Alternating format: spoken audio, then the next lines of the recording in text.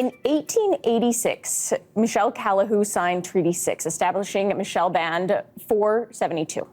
About 70 years later, the band ceased to exist under the Indian Act. But now, the Michel Callihoo Nation Society is hoping to change that, and Brandy Callihoo is here to talk about it. Thanks for joining us, Brandy. Thank you for having me. Has this ever happened before? Has a band ever tried to establish itself or re-establish itself in Canada?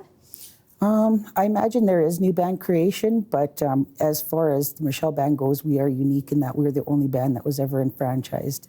There's a long history with this. Why is this an important step for you to be a part of and for you to initiate? Well, I think that there's, since 1958 when the band was enfranchised, it's important to try to bring our people home, because when we lost the land, we lost everything, language, culture, each other. So it's very important work. So when you talk about it being enfranchised, I know, again, what did that look like? How did that come to be? When the government discovered that the lands were actually very fruitful, they started a process of taking it bit by bit over the early 1900s. And in 1928, actually 10 families enfranchised. They left separately, but at the same time. And then in 1958, the government finally, got their way and enfranchised the band fully. Yeah. And so what area are we looking at here? Where does this band, where did it originally exist? So just north of Villeneuve.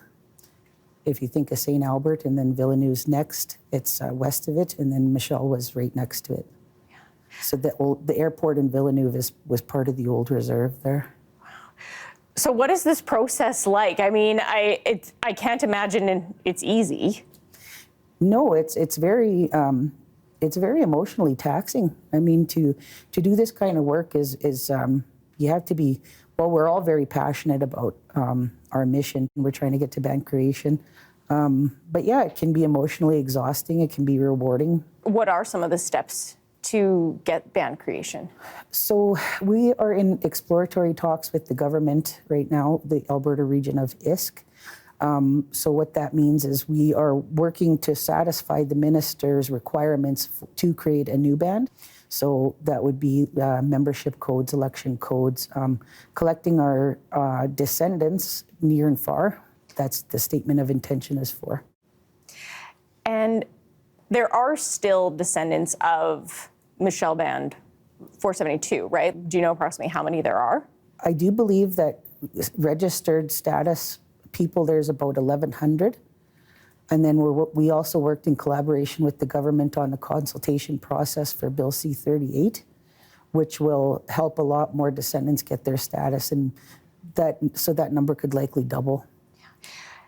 When do you hope for the establishment of the band? Well, I sure hope within the next year. Yeah. Yeah. Do you think that's realistic? With everything that, because this has been again, an incredibly important labor of love for you, like you say, and it's very emotional. You've been working with this for a while, haven't you? Yes. So we were called to the table about 2.5 years ago by the Alberta region. There's 5 groups that joined together. So we've been working very diligently in doing all the steps required to get to band creation. Wow. And what will it mean to you if you're able to get to band creation?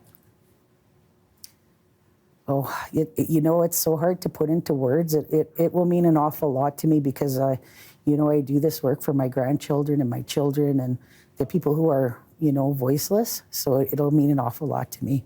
Yeah. Brandy, thank you so much for coming in and talking about this. And obviously we'll keep in touch to see how things do progress over the next year. Thank you so much. Thank you for having me.